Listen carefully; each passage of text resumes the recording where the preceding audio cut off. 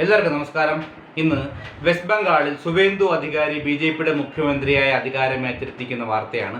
സുവേന്ദു ഇനി ബംഗാളിലെ അധികാരി, അതായത് ബി.ജെ.പിയുടെ ആദ്യ മുഖ്യമന്ത്രിയാണ്. ബംഗാൾ വളരെ ചരിത്രമുറങ്ങുന്ന ഒരു സംസ്ഥാനത്താണ് ബി.ജെ.പി അധികാരം പിടിച്ചിരിക്കുന്നത്.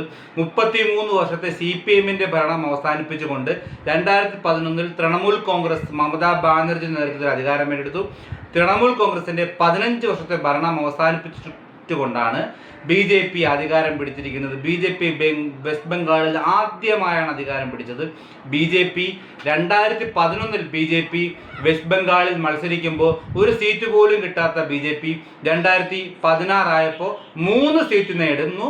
2021 ആയപ്പോൾ 72 സീറ്റ് നേടി പ്രതിപക്ഷത്ത് വരുന്നു. ഇതാ 2026 ആയപ്പോൾ 207 സീറ്റ് നേടി വെസ്റ്റ് ബംഗാളിൽ അധികാരം പിടിച്ചിരിക്കുകയാണ്. ഇതിന്റെ ഇമ്പോർട്ടൻസ് വെറും ഒരു അധികാരം പിടിച്ചെടുക്കൽ മാത്രമല്ല, വെസ്റ്റ് ബംഗാളിൽ ഒരു രീതി അനുസരിച്ച് അധികാരം പിടിച്ചെടുത്തു കഴിഞ്ഞാൽ ആ സംസ്ഥാനത്തെ മൊത്തം എൻറ്റയർ സിസ്റ്റം അധികാരമുള്ള പാർട്ടിക്ക് അനുകൂലമായിട്ട് പോവുകയാണ് പതിവ്. അതിനർത്ഥം, അതായത് ഇതിനു മുമ്പ് തൃണമൂലിനും അതിനു മുമ്പ് CPM ഭരിച്ചപ്പോഴും എല്ലാം 39 ലോക്സഭാ സീറ്റാണ് വെസ്റ്റ് ബംഗാളിലുള്ളത്. എൻ്റെ ഓർമ്മ ശരിയാണെങ്കിൽ, സബ്ജക്റ്റ് കറക്ഷൻ.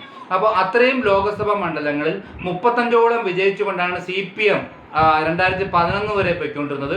2011 ശേഷം അത് കണ്ടിന്യൂ ചെയ്തത് മമതാ ബാനർജിയാണ്. ഇനിയുള്ള ആ 39-42 ഓർമ്മ ശരിയാണെന്ന് കറക്റ്റ് ചെയ്യണം. അപ്പോൾ അത്രയും ലോക്സഭാ മണ്ഡലങ്ങളിൽ 2029 വിജയിക്കാനുള്ള സാധ്യത ഇനി ബി.ജെ.പിക്കാണ്. കാരണം മമതാ ബാനർജി ഏകദേശം സൈഡായ മട്ടാണ്. അവർക്ക് 73 വയസ്സായി. അവർക്കിനി പഴയ ഊർജ്ജമൊന്നുമില്ല. വേറെ CPM-CPI കെട്ടിവെച്ച കാശ് നഷ്ടപ്പെടുത്തിക്കൊണ്ടിരിക്കുന്ന ഒരു സംസ്ഥാനം കൂടിയാണ്. 1-2 സീറ്റുകളിൽ മാത്രമേ, ഒരു സീറ്റിൽ മാത്രമേ വിജയിക്കാൻ കഴിഞ്ഞുള്ളൂ.